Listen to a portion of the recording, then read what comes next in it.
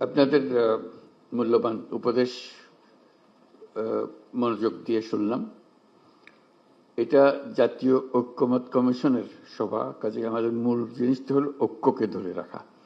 কিভাবে সে ঐক্য ধরে রাখা, দুঃখকে শক্ত করা, মজবুত করা, সেগুলোর ব্যাপারে আপনাদের পরামর্শ পেলাম এবং এটা ক্রমাগতভাবে আরো মিটিং হতে থাকবে। দ্বিতীয় পর্যায়ের যে মিটিং সেটা চলতে থাকবে, যাতে আমরা ওই জুলাই সনদটা আরো সমৃদ্ধ করতে পারি।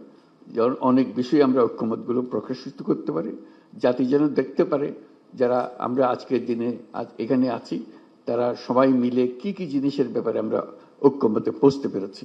এটা আমাদের জাতীয় এজেন্ডা হিসেবে থাকবে ভবিষ্যতের জন্য, যাতে করে আমরা এটা পূর্ণ করতে পারি।